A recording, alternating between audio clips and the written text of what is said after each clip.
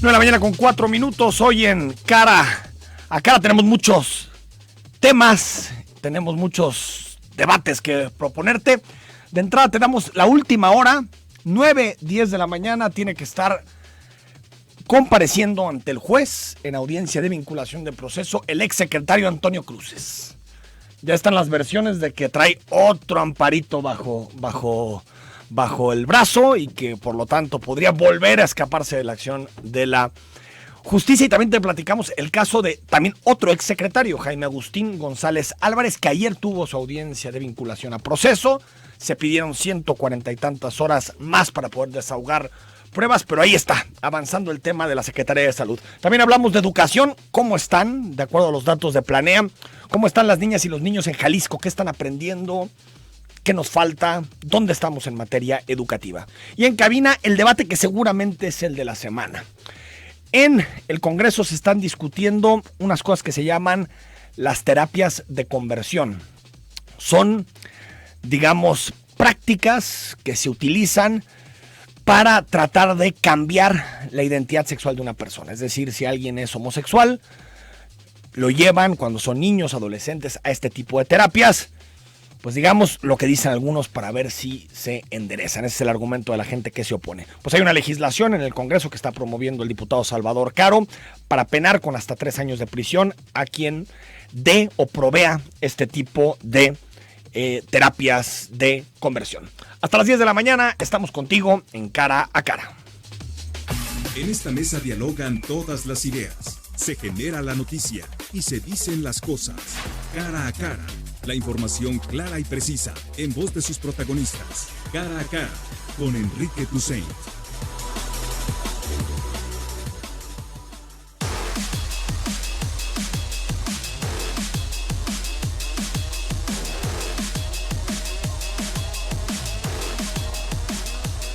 Nueve de la mañana con 6 minutos, ya estamos en jueves 5 de diciembre. Hace un año se acababa la administración de Aristóteles, era el último día de la administración de Aristóteles Sandoval.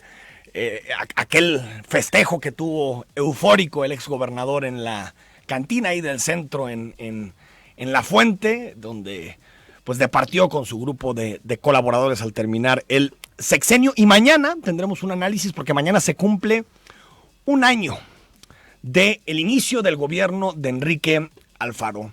Opiniones a favor, opiniones en contra. Hay quien cree que Alfaro ha dado el ancho en este año, que ha hecho las cosas bien. Como por ejemplo nos escribió ahorita Héctor López. Parecido hoy se cumple un año de la nueva administración que entró en vigor el 5 de diciembre. Bueno, entró en vigor en realidad el 6.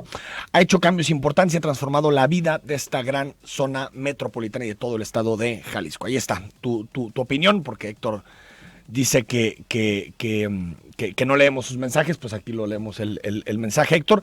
Y bueno, por supuesto hay gente que no opina lo mismo. Mañana haremos un análisis de lo que supone el primer año de Enrique Alfaro al frente del Ejecutivo. 6 de diciembre de 2018. El 5 se despidió la administración de Aristóteles. El 6 entró la administración de Enrique Alfaro.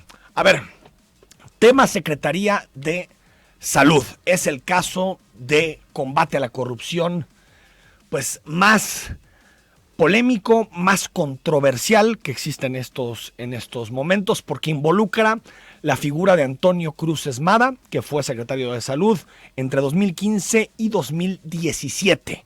Poco antes de que iniciara el proceso electoral, dijeron que Cruces iba a ser candidato a Zapopan, pero pues en realidad, como después el propio Aristóteles dijo en estos micrófonos, aceptó que Cruces lo había decepcionado. Los distintos secretarios de salud que pasaron, en particular uno, Alfonso Petersen, estuvo aquí con nosotros y nos dijo que él había detectado graves irregularidades administrativas y un desorden administrativo en la Secretaría de Salud. La Contraloría también, en un principio, determinó eso, pero después dijo que había pruebas y que había recabado pruebas, esto dijo la Contralora María Teresa Brito, que había enviado a la Fiscalía Anticorrupción para que se imputaran delitos penales. Es decir, que el fiscal anticorrupción buscara el encarcelamiento del ex secretario de Salud.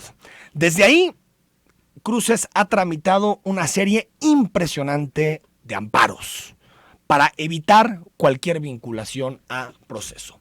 Un día, se lo comentamos hace 4 semanas, fue detenido Antonio Cruces, lo llevaron a Puente Grande, pero tenía un amparo bajo el brazo, llegó su abogado y evitó que se pudiera determinar prisión preventiva y evitó que se le vinculara a proceso a Antonio Cruces. Eso fue ya hace más o menos un mes. Desde ahí ha venido tramitando amparos, suspensiones para no comparecer y hoy, después de tiempo, los abogados habían dicho, sus abogados, su equipo jurídico, que buscaban comparecer este jueves a las 9:15 de la mañana, es decir, en 5 minutos empezaría la audiencia, en donde el fiscal anticorrupción Gerardo de la Cruz va a pedir prisión preventiva para Antonio Cruces, es decir, que lleve su proceso detrás de las rejas, no porque necesariamente el delito lo amerite, sino porque ha venido jugando este juego de las escondidas Antonio Cruces, no compareciendo, tramitando amparos, y por lo tanto lo que determina no solamente el fiscal anticorrupción, sino la unidad también de medidas cautelares, es que hay una alta posibilidad de fuga. Es decir, que si se queda fuera de prisión hay una alta posibilidad de fuga, en este caso de Antonio Cruz, y que no acuda a garantizar las medidas cautelares que le puede poner un juez, que es ir a firmar cada 15 días o cada semana, es decir, que no cumpla con esos compromisos que contrae. El problema es que parece que habría tramitado otro amparo. En esta ocasión, a reserva de que comience la audiencia y se empiece a discutir este tema con la idea de evitar la prisión preventiva. Algo que, por cierto, hay que decirlo, sucedió con el exgobernador de Nuevo León, Rodrigo Medina, que también tramitó una suspensión para evitar la prisión preventiva. Y en ese momento se determinó que no era procedente porque un juzgador no podía otorgar un amparo por un acto que ni siquiera sabemos si existirá o no, porque le toca al juez determinar si lo que pide la Fiscalía Anticorrupción es o no procedente. Por lo tanto, inicia a partir de las 9:15 de la mañana. Vamos a ver si aparece o no Cruces. Vamos a ver si sus abogados traen o no una nueva suspensión y empieza otra vez este juego del gato y del ratón entre la Fiscalía Anticorrupción y Antonio Cruces. Empieza otra vez desde el punto cero. Lo que resulta increíble es la facilidad con la que personas vinculadas a presuntos casos de corrupción pueden evadir la acción de la justicia a través de este tipo de prácticas, con la contratación de abogados que cobran grandes cantidades de dinero y que se dedican a entorpecer las investigaciones, se dedican a entorpecer la acción de la justicia. Y un ciudadano común y corriente, como cualquiera de nosotros, pues seguramente en una situación de estas tendríamos que enfrentar las imputaciones que se nos hacen desde cualquiera de las instancias de justicia. También está relacionado Jaime Agustín González Álvarez, tal vez usted lo recuerda, fue director de los hospitales civiles de Guadalajara, muy relacionado al Grupo Universidad de Guadalajara. Fue el primer secretario de salud de Aristóteles Sandoval. En aquel momento se interpretó como una cesión que hacía el exgobernador al grupo de Raúl Padilla, el grupo de la Universidad de Guadalajara. Y ayer Jaime Agustín González Álvarez le tocó también comparecer. Está dentro de la misma carpeta de investigación que está llevando la Fiscalía Anticorrupción. Es decir, se le relacionan los mismos posibles delitos que Antonio Cruces. ¿Por qué? Porque la mayoría de los señalamientos que se le hacen a Cruces, o no la mayoría, pero algunos, no comenzaron el día que él llegó como secretario de salud, sino que son cosas o son decisiones que se mantuvieron a través del tiempo. Por lo tanto, 2 exsecretarios de salud, uno que ha decidido utilizar los distintos mecanismos jurídicos para evadir la audiencia de vinculación a proceso, y otro, como es el caso de Jaime Agustín, que ha seguido las vías institucionales, fue a comparecer. Seguramente se le vinculará a proceso a Jaime Agustín, pero será o podrá llevar su proceso desde fuera de prisión y sin que el fiscal anticorrupción pida prisión preventiva. Creo que podemos estar todos con mucho hastío por la corrupción, hartazgo, enojo, indignación por lo que ha supuesto la corrupción en Jalisco durante tanto tiempo, no castigada, negocios multimillonarios que terminan en amnistías políticas o que terminan en las transiciones de gobierno, ya no se hace nada contra las personas que fueron responsables. Nos pasó con los Juegos Panamericanos. Los Juegos Panamericanos fueron un saqueo, un asalto al despoblado, y desde aquellos años lo dijimos. Nos vendieron la idea de que Guadalajara pasaba al primer mundo con los Juegos Panamericanos, y después con lo único que nos quedamos son con instalaciones de gran nivel, eso hay que decirlo, pero con sobreprecio, con corrupción, con muchísimas cosas y con deudas que todavía cargamos. Ahí está la Vía Panamericana, que nadie sabe qué hacer con la Vía Panamericana, que se construyó en una zona donde no se tenía que construir. Por lo tanto, aquí lo que estamos viendo, podemos tener muchas críticas, podemos entender que la justicia no es lo rápido que quisiéramos, pero lo que estamos viendo es que se empiezan a llevar los procesos adelante. Y eso, por supuesto, que en gran parte tiene que ver con el sistema anticorrupción y tiene que ver también con que ya hay un fiscal anticorrupción. Antes no existía, entraba en el laberinto de la Fiscalía General del Estado y pues hasta que alguien tuviera la voluntad de empujar estos temas. Y también creo que la voluntad de parte del gobierno de Enrique Alfaro para no detener ninguno de estos procesos. Ni uno solo ha habido en su momento. Antonio Gloria por la Casa Jalisco, los exsecretarios de Desarrollo e Integración Social. Ahí están los casos avanzando. Esperemos que suceda lo mismo con los casos que podrían llegar a involucrar a su administración. Esperemos que también exista toda la autonomía y que no haya presión a la Fiscalía Anticorrupción ni a la Contraloría para que se hagan bien las cosas y por lo tanto no haya ningún tipo de respaldo institucional a quien realiza actos de corrupción.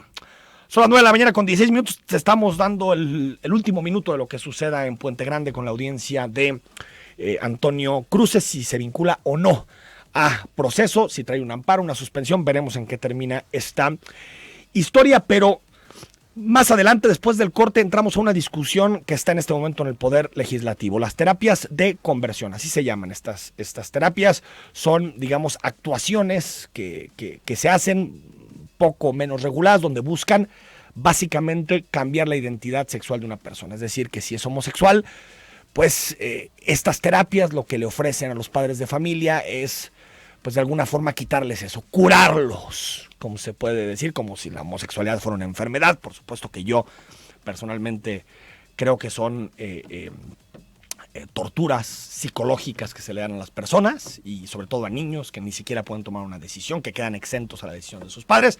Pero tendremos aquí las dos posturas. Viene una organización que se llama Códice, que está a favor de la iniciativa que propone el diputado Salvador Caro, coordinador de los diputados de Movimiento Ciudadano, y estará también Jaime Cerillo, quien es integrante del Frente por la Familia en Jalisco. Al corte y seguimos contigo en Cara a Cara.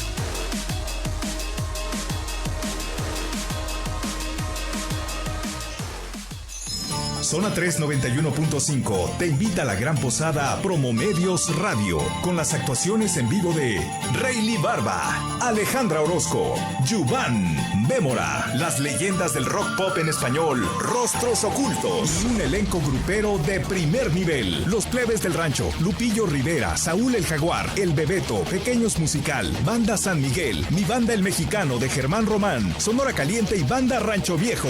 5 de diciembre, desde las 3 de la tarde en Palco. Gana tus boletos escuchando nuestra programación. La gran posada Promomedios Radio es para ti. Evento gratuito.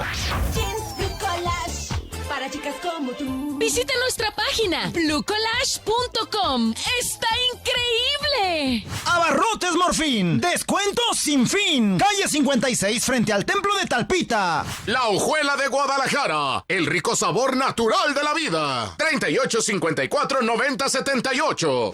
Midtown Jalisco Fashion Mall, conquistando Guadalajara. Outlet del Mueble. Lo querrás todo. Del 13 al 15 de diciembre en Expo Guadalajara. Tortas Sau Guadalajara. Presentes.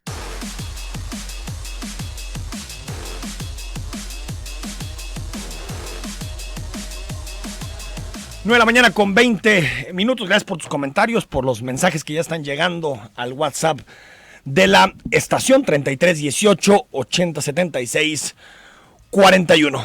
Debate en el Poder Legislativo. El diputado Salvador Caro propuso una iniciativa en donde se penaliza con penas que van de 1 a 3 años las llamadas terapias de conversión, las que hemos platicado también esta semana contigo aquí en Cara a Cara, y queremos escuchar distintas opiniones sobre este tema, distintos enfoques para que tú tengas la mejor información. Con Luis Guzmán, que es del colectivo Voto Incluyente y de la asociación Códice. Luis, ¿cómo estás? Buenos días. Bien, Enrique, muchas gracias. Buen día, un gusto estar de nuevo aquí en tus micrófonos. Con Jaime Cerillo, presidente del Frente Nacional por la Familia, capítulo Jalisco. Jaime. ¿Qué tal? Buenos días, Enrique. Buenos días, Luis. Buenos días a todo el auditorio. Bueno, yo les voy a dejar a ustedes platicar sobre el tema.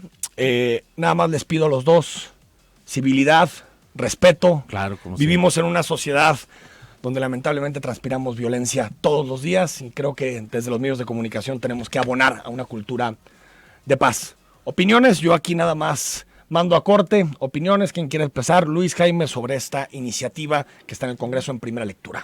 Muchas gracias, Enrique. Esto de la civilidad y la cordialidad creo que lo tenemos muy claro. Sí. Jaime Cedillo y yo hemos coincidido en muchos otros foros, muchos otros espacios. Sabemos que nuestras posturas pues no son coincidentes en muchos casos, pero siempre hemos tratado de buscar en qué sí podemos coincidir, y mantener este diálogo pues plural, este diálogo siempre civilizado. Fíjate, Enrique, que ha causado mucha controversia estas iniciativas, las 3 iniciativas que de alguna manera reconocen derechos y eliminan violencias a las personas LGBT, pero hay una específicamente que es la que ha levantado mayor polémica y sobre todo donde se han dicho muchas mentiras, que es esta iniciativa del diputado Salvador Caro, en la cual se pretende penalizar las terapias de conversión, ¿no? O los esfuerzos para corregir la identidad de género y la orientación sexual, que, bueno, pues Guadalajara es una de las ciudades que a nivel nacional es cuna de este tipo de terapias, de este tipo de charlatanes, que de alguna manera, pues, le dicen a padres de familia que ellos pueden quitar la homosexualidad de sus hijos, que pueden cambiarles su identidad de género por medio de una serie de tratamientos psicológicos y psiquiátricos, e incluso con acompañamientos espirituales. Nosotros no estamos en contra que nadie tenga la religión que quiera y profese el credo que quiera, pero cuando ya este tipo de intervenciones dañan la autoestima de las personas, incluso no solo psicológicamente, sino también físicamente, muchos de estos chicos y chicas que son los que principalmente van a estas terapias de conversión, pues son también lastimados físicamente, electroshocks, les avientan agua, los encierran. Incluso muchos de estos casos han terminado en suicidios, ¿no? Aquí en Jalisco, pues existen varias de esas clínicas, existen varios de esos grupos religiosos y muchos padres de familia de otros estados de la República vienen a Guadalajara a pues solicitar esa ayuda para que le quiten lo gay o lo lesbiana a sus hijos, porque pues bueno, todo esto parte de que consideran de que está mal que alguien tenga una orientación sexual distinta a la heterosexual. Entonces de ahí parte toda esta polémica de esta iniciativa que el diputado Salvador Caro interpone, y que aparte se conecta con la otra iniciativa que interpusieron Enrique Velázquez y Héctor Pizano el año pasado, con reconocer el derecho a la identidad de las personas trans, ¿no? Que esto pues ya sucede en varios estados del país. 7 estados del país actualmente ya reconocen que las personas trans puedan cambiar su identidad, que es simplemente emitir una nueva acta de nacimiento, y con esto pues reconocerles muchos derechos que por mucho tiempo se les han estado negando. Y bueno, pues ahí los grupos detractores tratan de mezclar todo esto, tratan de targiversar la información y dicen muchas mentiras, ¿no? Una de ellas es que se le va a quitar la potestad a los padres de conducir la educación de sus hijos. Eso es una completa mentira. Nadie está tratando de que los padres no conduzcan o acompañen la educación de sus hijos. Es importante aclararlo porque de ahí pues desencadenan muchas falsas creencias, mucha gente que no está a veces informada, que no conoce realmente cómo está la redacción de la propia iniciativa, y se dejan llevar pues por lo que le dicen en las iglesias, por lo que le dicen en redes sociales, por lo que le dicen en estos grupos de chats escolares, ¿no? Entonces yo invito a todos nuestros radioescuchas a que realmente lean qué es la iniciativa, realmente se informen, que esto no es algo nuevo, no es una ocurrencia nada más aquí en Jalisco, ha sucedido en otros países. Las terapias de conversión han recibido condena de parte de la ONU, de parte parte de la Comisión Nacional de Derechos Humanos, de la Corte Interamericana de Derechos Humanos, y ya se han prohibido en otros países, en otros estados de la Unión Americana. Aquí en la Ciudad de México también está una iniciativa que en el Congreso de la Ciudad de México que va en el mismo sentido, otra en el Senado de la República. O sea, no es nada nuevo, hemos estado discutiendo estos temas por más de 10 años mínimo, y bueno, ahora es importante aclarar qué es y qué no es, porque los detractores van a seguir mintiendo. Jaime, bueno, buenos días a todos, importante, miren, yo primero diría una cosa es lo que piensa Luis y otra cosa es lo que dice la ley, y es importante. Nosotros hemos puesto, digamos, énfasis en este par de iniciativas de corte ideológico porque refieren a una imposición de una forma de ser y de pensar a toda la sociedad. Impone, digamos, a partir de la autopercepción de una persona, obligaciones para el Estado y para la sociedad, y es lo que no podemos permitir. Vamos primero con el tema de la ley de las mal llamadas terapias de conversión, que en primer lugar es un término acuñado simplemente de corte ideológico para tratar de hablar este lenguaje. Una terapia de conversión no puede llamarse así en el sentido de que los especialistas que ayer estuvieron inclusive discutiendo esto, hablan que una terapia tiene que ser y será siempre cuando la persona la solicita. Es decir, el primer atentado que esta iniciativa tiene es contra la libertad de una persona. Si una persona tiene una preferencia sexual determinada, en este caso homosexual, bisexual o transexual que las maneja aquí, ¿cómo es posible que el Estado le prohíba buscar ayuda profesional o no para cambiar una condición que él tiene? Un sentimiento o una práctica que él tiene. Es un atropello a los derechos humanos. El artículo 1 de nuestra Constitución garantiza el que no podemos ser discriminados por la preferencia que tengas.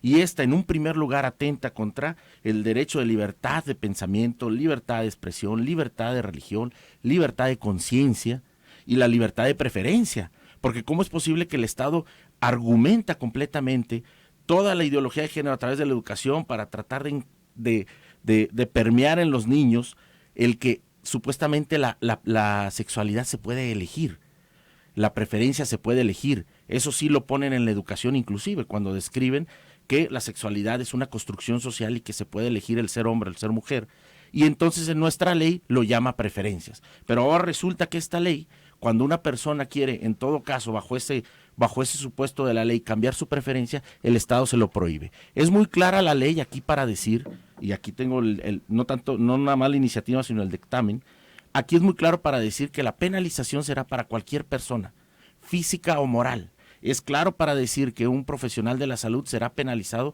de 1 a 3 años. Y habla inclusive que si es menor, la pena se impondrá con 1 cuarto más. Sí, entonces aquí ¿qué incluye? Incluye, obviamente, empresas, porque habla de persona física o moral, pero incluye a cualquier sacerdote, cualquier ministro de culto, cualquier pastor, incluye también en la escuela, a un maestro, a un asesor, y por supuesto incluye a los padres de familia. Ahí es donde se da el más grave atropello. ¿Cómo es posible que el Estado me diga a mi padre de familia que no puedo orientar a mi hijo de 13, 14, 15 años sobre sus confusiones en su identidad sexual? Si la Organización Mundial de la Salud lo reconoce y dice que en la disforia y en otros comportamientos, el niño menor adolescente pasa por momentos de confusión que dura a veces a periodos de 6 meses, donde él está confundido y pues puede recibir ayuda. Y el primer interesado en ofrecerles ayuda, porque tiene la responsabilidad del interés superior del menor, el primero es el papá. Entonces, ¿cómo es posible que el Estado pretenda imponer una restricción a un padre de familia para que oriente él o buscando ayuda la confusión de un menor de edad? Es un atropello a la patria potestad, es un atropello al derecho de los padres a educar a sus hijos y es un atropello al interés superior del menor en este sentido. Yo nomás concluiría esta parte diciendo... se habla de que esto se ha legislado. La verdad es que, mira, solo lo han legislado en el 1.5% de los países. Es decir, solo se ha legislado en 3 países. Ni Holanda progresista, ni Francia, ni Inglaterra, ni siquiera Estados Unidos.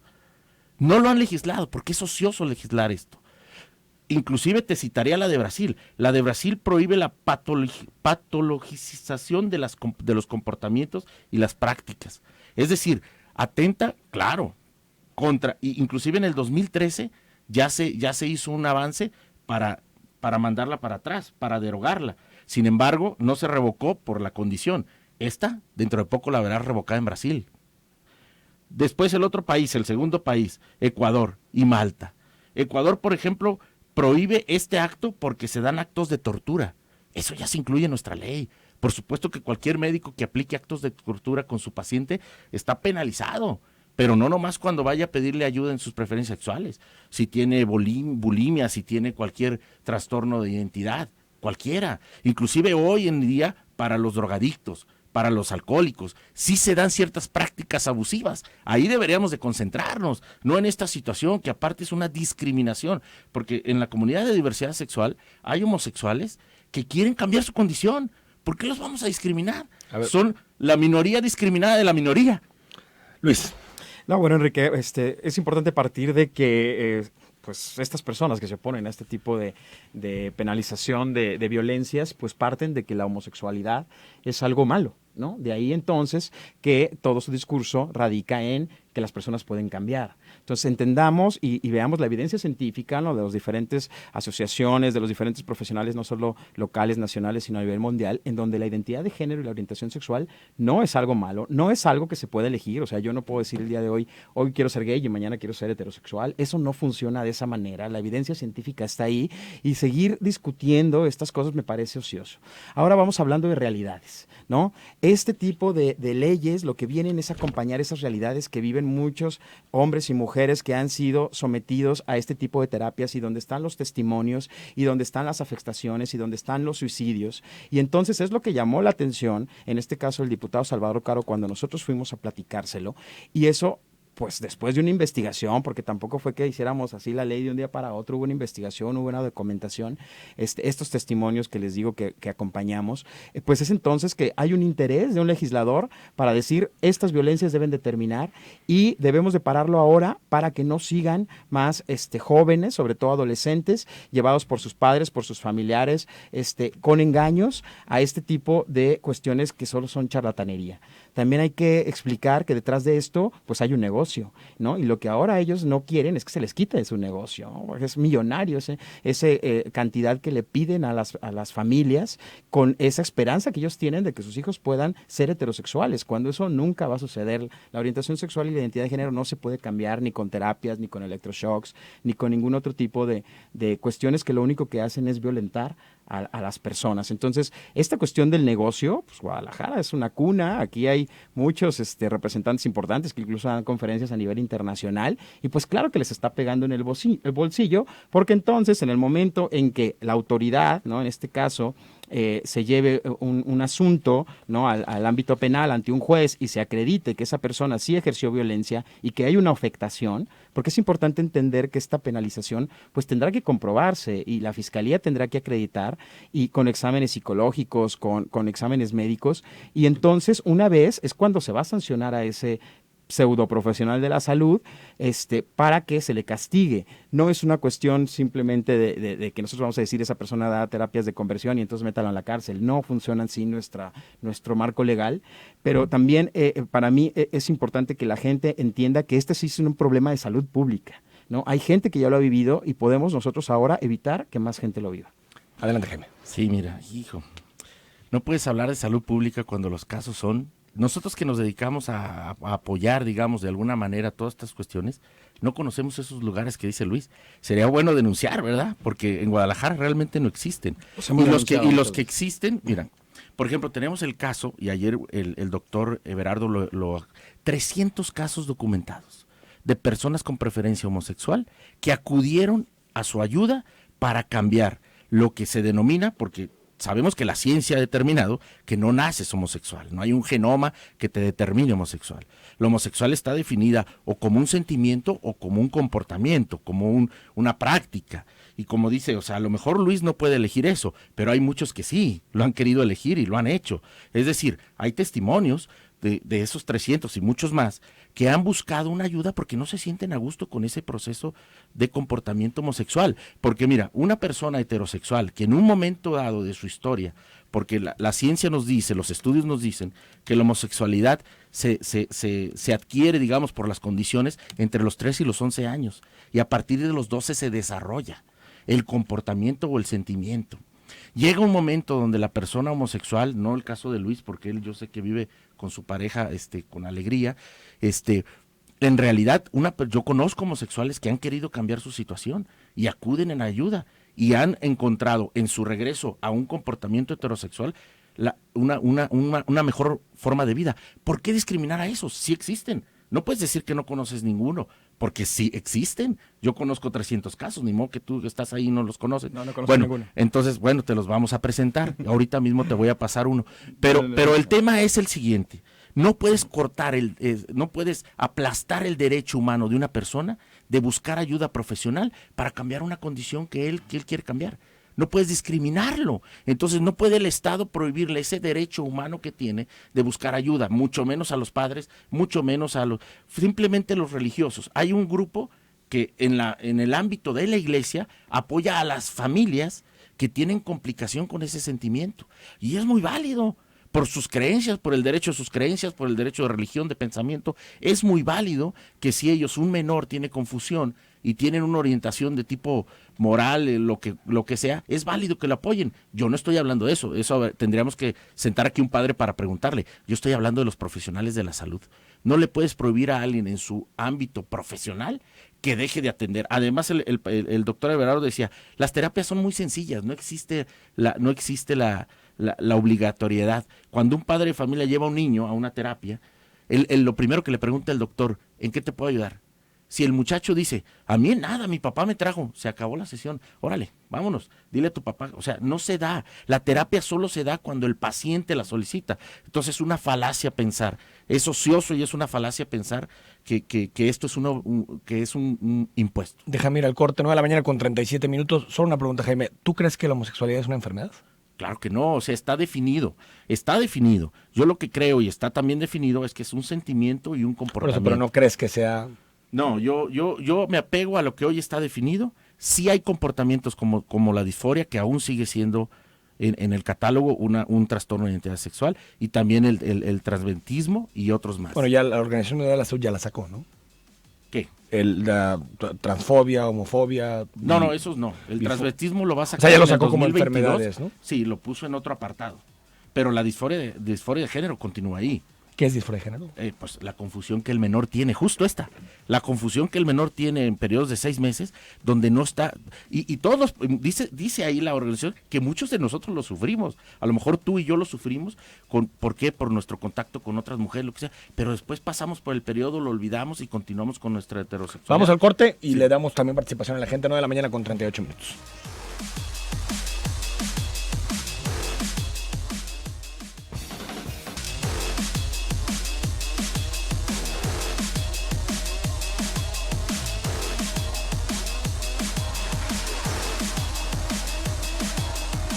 De la mañana con 41 minutos. Estamos platicando esta mañana con Luis Guzmán del colectivo Voto Incluyente y Asociación Códice. Estamos hablando también con Jaime Cedillo, quien es presidente del Frente Nacional por la Familia, capítulo Jalisco.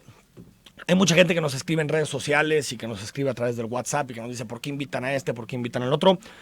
Lo que intentamos hacer en este tipo de temas, donde sabemos que la sociedad está dividida en muchos asuntos de este tipo, es tratar de llevarte a ti las opiniones distintas. Cada quien le dará valor a unos argumentos, a otros, y que al final tú puedas saber, pues digamos, qué se está discutiendo realmente en el Congreso, qué tipo de definiciones se van a tomar. Y antes de leer los mensajes, Luis, Jaime, que me digan si creen que la iniciativa va a pasar, no va a pasar. Tengo entendido que pasó primera lectura, que va a enero del próximo año a una segunda lectura, que hay una división. Escuché ayer al diputado del PAN que decía que prefería debatirlo. MC parece que va a favor, dijo Salvador Caro. ¿Cómo está el asunto del debate? Bueno, con todo este revuelo que se ha levantado desde la semana pasada, que se aprobó en comisiones, porque aparte, pues hay que decirlo, la diputada Claudia Murguía, que es la presidenta de la Comisión de Puntos Constitucionales, pues era quien tenía ahí un poco congeladas estas iniciativas. Sabíamos cuál es la postura del grupo parlamentario del PAN, pero bueno, por fin logró salir estos dictámenes de estas 3 iniciativas.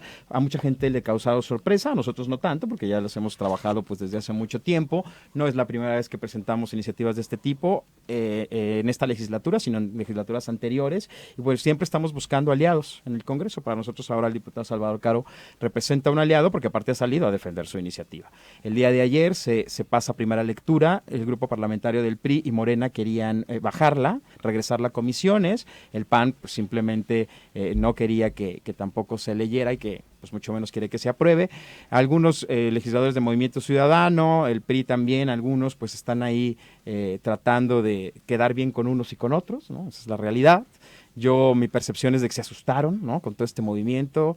Por acá los detractores, pues lo primero que hacen es vamos a salir a marchar, pues lanzan toda su maquinaria de mentiras en redes sociales, en medios de comunicación, tratan de confundir. Yo vi una imagen que decía que hasta se iba a prohibir que las personas pudieran leer la Biblia, o sea, imagínate. Entonces, mucha gente se queda con esas ideas, pero yo creo que vamos a avanzar, ¿no? Yo esperaría, hace rato escuché a la diputada Mariana Fernández, que es la presidenta de la Junta de Coordinación Política del Congreso, en una entrevista, y pues se había positiva. ¿Tú quieres estar con Gonzalo? Con Gonzalo, Por fin lograron la comunicación. Así es. Yo da gusto. Sí, a mí también.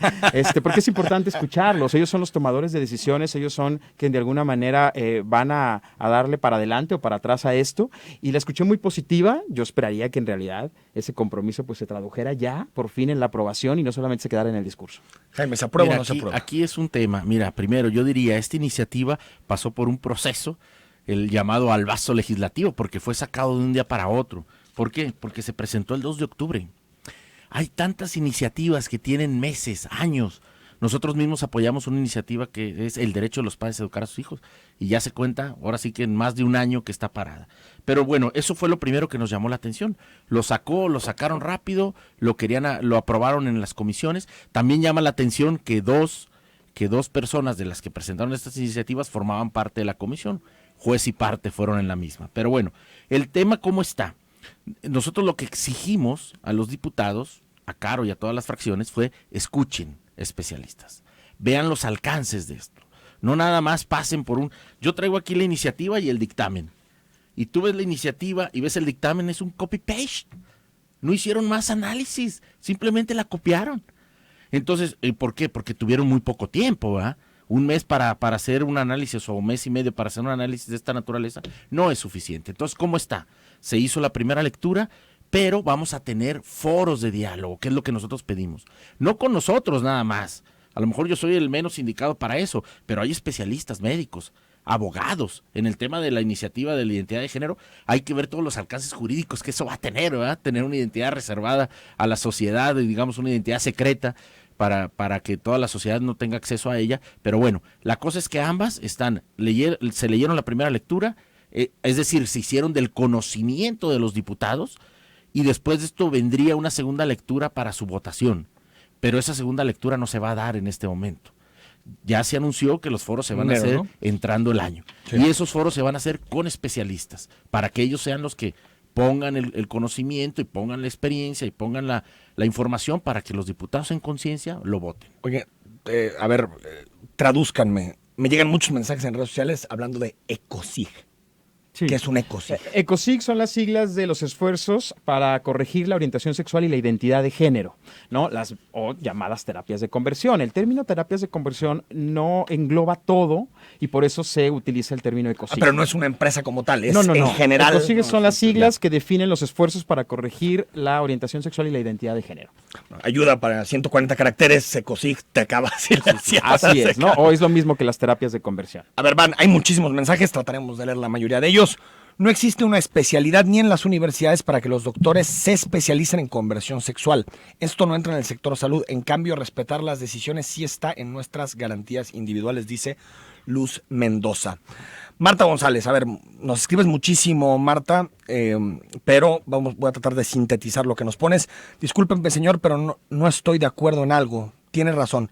El joven tiene derecho a elegir ayuda de terapia, pero vayamos a la primicia de que si la sociedad, los mismos padres y la religión orillan a estos jóvenes a sentirse mal con su propia naturaleza y por esa presión social tratan de cambiar, y eso es lo que los daña más que seguir su propia naturaleza si no fueran señalados. Eso más bien es al revés. Creo que hoy nuestra sociedad progresista está atacando e ideologizando a los menores, haciéndoles creer que vivir heterosexual no es su mejor elección. Es decir, le presentan la heterosexualidad como algo impuesto. Imagínate, le dicen, tú no eres niño ni niña, espérame, tú puedes elegir serlo. Entonces, fíjate la confusión que hay en el niño. Deberíamos de criminalizar la ideología de género en los menores. Yo estoy de acuerdo que después de los 18 años hablemos de lo que sea, pero no es posible que un país como el nuestro quiera instrumentalizar la educación para ideologizar a los menores y confundirlos desde pequeños. Es totalmente contrario a lo que dice la señorita. ¿Por qué? Porque realmente un menor es heterosexual, nació heterosexual. Tendríamos que ayudarlo a que se reafirme y que viva esa heterosexualidad, y ya a los 18 años que él pudiera de todas maneras elegir algo, y estos que tienen una confusión, de alguna manera orientarlos, porque el diseño original es su heterosexualidad. Ya la elección del sentimiento, del comportamiento, por las situaciones que se haya dado, elegido o no, en nuestra ley lo llamamos preferencia. ¿Qué es preferir? Es elegir. Está nombrado así en nuestro artículo 1, pero vamos a ver que no realmente, como dice Luis, no todos lo eligen. Hay situaciones que hay abusos. Yo tengo, por ejemplo, en la empresa una pareja lesbiana que son amigas mías de hace mucho tiempo, yo las estimo y todo, y dialogo con ellas, y una de ellas me confiesa, ¿sabes qué? Yo realmente agarré este camino porque fui violada, viví en un ambiente de puras mujeres, el primer cariño que me dio una mujer, siempre tuve una animadversión para los hombres. Es normal, es una situación terrible. A ver, Luis, seguro quieres contestar. No, pues a mí lo que me parece terrible es que alguien venga a utilizar los micrófonos para decir que la gente se nace heterosexual. O sea, los niños y las niñas no nacen heterosexuales ni homosexuales, simplemente lo vamos descubriendo a lo largo de nuestras vidas. También me parece terrible que alguien venga a decir que por abusos sexuales las personas se hacen lesbianas, se hacen gays, eso no es verdad. Y bueno, ahí está la ciencia y ahí están la evidencia científica. A mí lo que me gustaría destacar, Enrique, es de que lo que hacen estos grupos es dilatar, es tratar de ganar tiempo, ¿no? Por eso ahora solicitan estos foros en donde quieren que vayamos un día ellos a explicar por qué no se deben de aprobar y nosotros otro día a explicar por qué sí. Y bueno, nosotros estaremos dispuestos a acudir a estas mesas, como le han llamado, o foros, o lo que como le digan, al Congreso y explicarle a los diputados estas realidades, estas evidencias científicas, estas evidencias jurídicas. En este país, la Suprema Corte de Justicia de la Nación, desde hace más de 10 años, ha sacado sentencias y resoluciones sobre el libre desarrollo de la personalidad, sobre el derecho de los niños, niñas y adolescentes a tener una educación de calidad, independientemente de los padres. Los padres acompañan esa educación, pero pues si esto daña, pues obviamente el Estado tendrá que intervenir, como lo está haciendo ahora con este tipo de iniciativas. Y pues ellos tratan de ganar tiempo, tratan de dilatar cualquier iniciativa, cualquier esfuerzo para que se reconozcan los derechos de las personas gays, lesbianas, bisexuales, trans, que se les ocurra a diputados, a regidores, al gobernador, ellos siempre están en contra. O sea, ellos están en contra de que a nosotros se nos reconozcan los mismos derechos porque consideran que estamos enfermos, consideran que ser homosexual, que ser lesbiana, que ser trans está mal. Ya lo dijo Jaime Cedillo hace un momento, ustedes podrán darse cuenta en todo el mensaje que él está dando. Entonces, ellos se van a oponer en cualquier momento. El decir que ellos, que ahora se sacan estas iniciativas, que es un albazo, eso no es verdad. Ellos se hubieran opuesto el año pasado, hace 3 años, ellos se oponen siempre, ¿no? Entonces, esto no es ningún albazo, esto lleva un trámite legislativo y en eso es lo que estamos. Jaime, los tengo que despedir 30 segundos, por favor, mira, breve. Nosotros no estamos en contra de ningún derecho, tan es así que tenemos alianzas con grupos lésbico-gay porque defendemos lo mismo, la vida y la familia. Y yo diría, pues Luis acaba de colocar algo muy cierto, la ideología de género precisamente va en contra de la naturaleza del ser humano. Imagínate que la ideología como tal, no basada en ciencia, basada en ideas, diga que el hombre por naturaleza no es un ser complementario masculino y femenino, es un total abuso. Es decir, la ideología de género quiere realmente implementar estas ideas y en base a eso genera toda la legislación. Yo lo único que diría es que en Jalisco no vamos a permitir que iniciativas de corte ideológico se impongan en nuestra sociedad. Es decir, tendríamos que estar preocupados más bien por generar legislaciones con perspectiva de familia, que ayude a las familias a crecer. Y por último diría, pues no estamos en contra de nadie, al contrario, queremos construir junto con ellos los derechos que ellos también necesitan. Luis, Jaime, gracias. Gracias a ti, Gracias por haber estado conmigo esta mañana. Al corte, regresamos para analizar algunos temas que nos faltan de la actualidad de este jueves 5 de diciembre.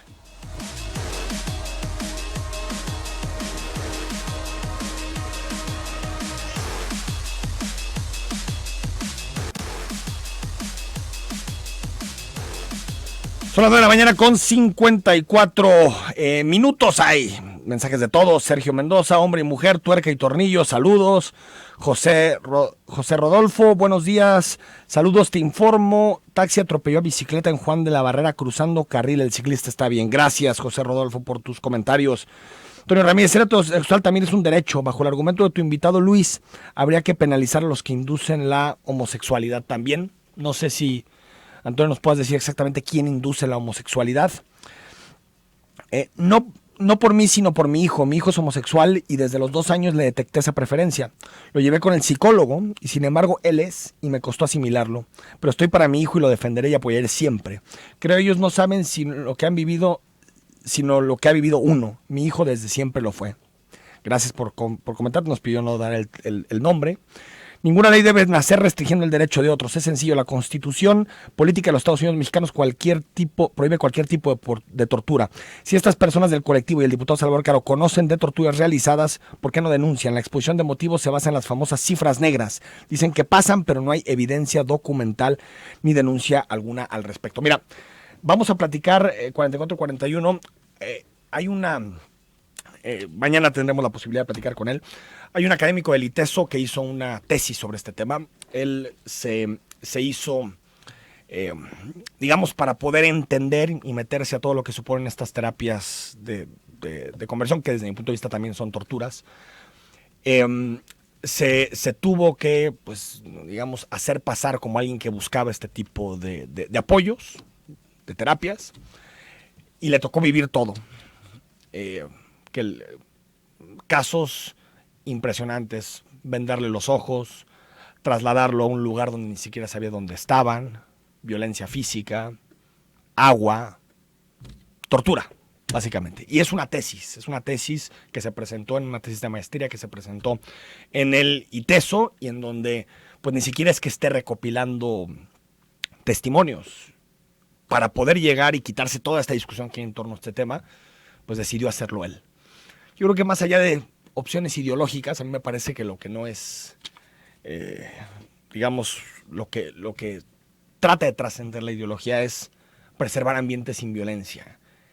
Y de verdad negar que durante muchísimas décadas ha habido violencia de todo tipo contra los homosexuales, de verdad es querer cerrar los ojos, es no ver la realidad, como sucede contra colectivos minoritarios, como sucede contra indígenas, lesbianas.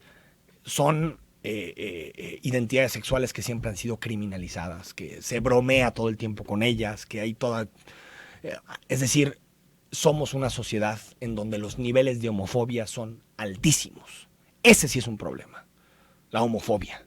Es decir, que se piense que una persona que no tiene la misma orientación o la misma preferencia sexual que nosotros, la misma orientación, pues está enferma o está mal. Entonces le tenemos que enderezar su camino, lo tenemos que llevar por el camino correcto. A mí me aterra, yo soy padre de una niña, y me aterra pensar que pueda ser en alguna escuela presa de alguna terapia de este tipo, que incluso la Asociación Psicológica de Jalisco ya salió a decir que no, que no están de acuerdo, que no hay ningún método científico detrás de esto. Es decir, creo que a veces tenemos que ponernos en la posición del otro, un poquito, de todas estas personas que han sufrido discriminación toda su vida por ser amanerados, o por tener determinada orientación sexual, o porque tuvieron que pasar un proceso arduo y un proceso durísimo para poder reconocerse, y no porque no quisieran reconocerse como homosexuales, sino porque había toda una sociedad que les decía que eso estaba mal. Entonces, si te dicen que eso está mal, que te tienes que enderezar, que no está bien, que porque te gustan, pues, a ver, es muy complejo que alguien pueda llevar las cosas bien, y es, a mí me parece bastante recurrente que se apuesten por este tipo de pseudo profesionales que lo que hacen es torturar y tal vez dejar una huella dentro de una persona de por vida, que le supone pues nunca ser capaz de poder reconocerse, porque asume que la sociedad te implica otra cosa y te pide que seas de otra manera. Pues hasta aquí llegamos con esta emisión de Zona 3 Noticias, de Cara a Cara. Mañana ya es viernes 6 de diciembre, mañana estaremos aquí, un año del gobierno de Enrique Alfaro. Te vamos a compartir los principales datos que nos deja Alfaro un año después. Vamos a tratar de hacer un análisis de lo que supone. Es muy difícil compactar en poco tiempo todo lo que sucedió en un año, pero bueno, buscaremos darte los datos más importantes para que te hagas una idea de lo que supone el primer año de Enrique Alfaro al frente del Ejecutivo Estatal. Soy Enrique Tucen y mañana viernes a las 9 estamos de regreso aquí contigo en Cara a Cara.